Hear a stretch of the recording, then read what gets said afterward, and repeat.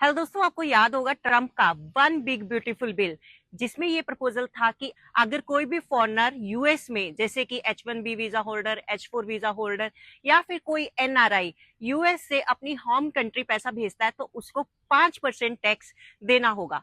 फिर हुआ क्या, यूएस सेनेट ने इस 5% टैक्स को रिड्यूस कर 3.5% कर दिया। लेकिन अब जो फाइनल प्रपोजल आया है वो आया है कि अगर कोई भी फॉरेनर अपनी होम कंट्री पैसा भेजता है तो उसको अब 3.5% टैक्स नहीं देना होगा, बल्कि 1% टैक्स देना होगा। बट क्या आपको ये पता है कि क्या 1% टैक्स सबको देना पड़ेगा?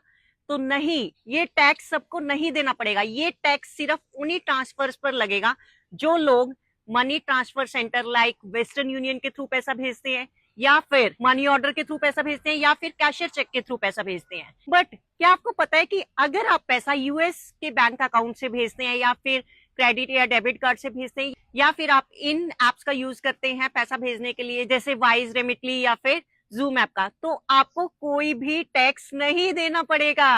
तो दोस्तों, अब पैसा भेजने पर टैक्स लगेगा या नहीं लगेगा, ये आपके तरीके पर डिपेंड करता है कि आप किस तरीके से पैसा भेजते हैं। अगर आप कैश में पैसा भेजते हैं तो आपको 1% टैक्स देना पड़ेगा, और अगर आप डिजिटली भेजते हैं तो आपको कोई टैक्स नहीं देना पड़ेगा, उसमें आपका पैसा सेफ रहेगा। तो जाते जाते दोस्तों ये भी बता देती हूँ कि ये रूल अप्लाई होगा 31 दिसंबर 2025 के बाद। तो अभी के लिए आप सेफ हैं, तो सेव करो और शेयर करो इस वीडियो को और लोगों के साथ जिनको ये नहीं पता था कि 1% टैक्स किन किन लोगों पर लगने वाला है।